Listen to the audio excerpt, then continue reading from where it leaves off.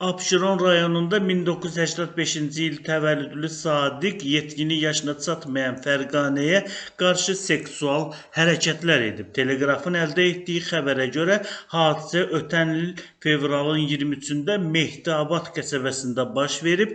Sadiq həmin gün saat 14:50-də Fərqanəni özünün avtomobilinə əyləşdirib qəsəbədəki Gənclər Şəhərciyi yaşayış kompleksinin yaxınlığında neft kəmərinin yanından əraziyə kənar şəxslərin olmadığı yerə aparıb. Orada avtomobilin salonunda qıza intim hərəkətlər edib.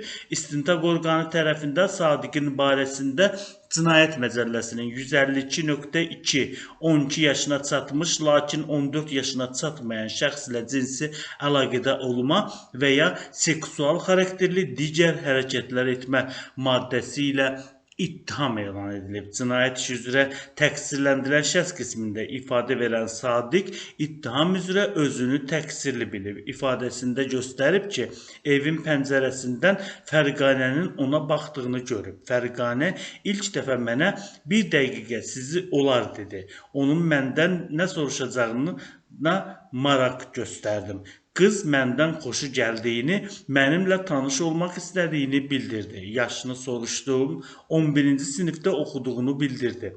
Ona evli olduğumu, imtahanlara hazırlaşmalı olduğunu dedi. Sonra özünə xəsarət yetirəcəyindən, intihar edəcəyindən qorxaraq onunla görüşdüm. Hər görüşdə bu sözləri ona bildirdim deyə o ifadəsində göstərib. Təqsirləndirilən şəxs qeyd edib ki, Fərqanə ilə görüşəndə onu qucaqlamayıb, görüş barədə ailəsinə məlumat verəcəyi ilə deməyib. 4-cü dəfə uşaqlarımı hazırlığa qoyandan sonra Fərqanə avtomobilimə əyləşdi. Mənimlə söhbət etməyə başladı. Ətrafda kiminsə görəcəyindən narahat oldum. Özüm də avtomobilin arxa oturacağına keçdim. Ona bir daha görüşmək istəmədiyimi bildirdim. Bu zaman bir neçə nəfər bizə yaxınlaşdı. Avtomobildən qıza qarşı seksual hərəkətlər etməyimlə bağlı həmin şəxslərin söylədikləri yalandır. Dayandığımız yer kənar ərazi deyildi, ətrafda gediş-gəliş vardı deyə təqsirləndirilən şəxs ifadəsinə belə yekun vurub. İş üzrə zərər çəkmiş qismində ifadə verən Fərqanənin sözlərinə görə Sadiqi bir neçə dəfə uşaqlarını məhəllədəki hazırlığa gətirəndə görüb, öncə onun sürücü olduğunu düşündüm. 2023-cü ilin iyul ayında yenidən yaşadığım evin blokundan çölə baxarkən onu gördüm. Onun da baxmağı məndə maraq oyatdı. Aşağı düşəndə Sadiqin avtomobilə nəsə etdiyini gördüm, ona yaxınlaşdım.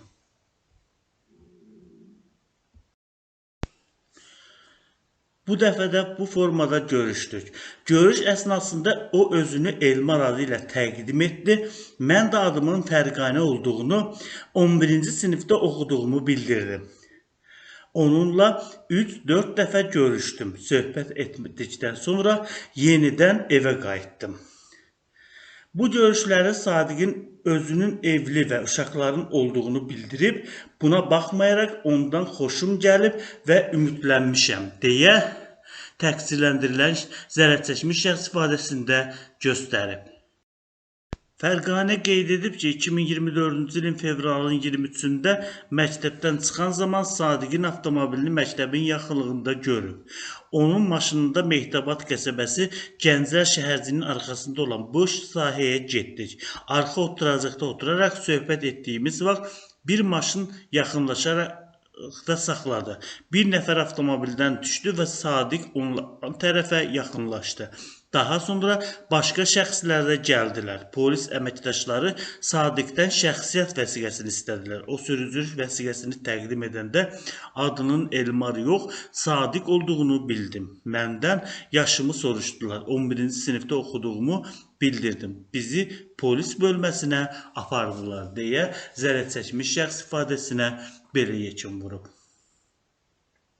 Bu cinayət işinə Abşeron rayon məhkəməsində baxılıb. Sadiq 3 il 6 ay müddətinə azadlıqdan məhrum edilib. Onun cəzasını ümumi rejimli cəzaçəkmə müəssisəsində çəkməsi müəyyən edilib. Hökmdən narazı qalan təqsirləndirilən şəxs apellyasiya şikayəti verib, o günahsız olduğunu, hökmün ləğv edilməsini, bəraət hökmünün çıxarılmasını istəyib. Məhkumun şikayətinə Sumqayıt Apellyasiya Məhkəməsində baxılıb, hökm qüvvədə saxlanılıb.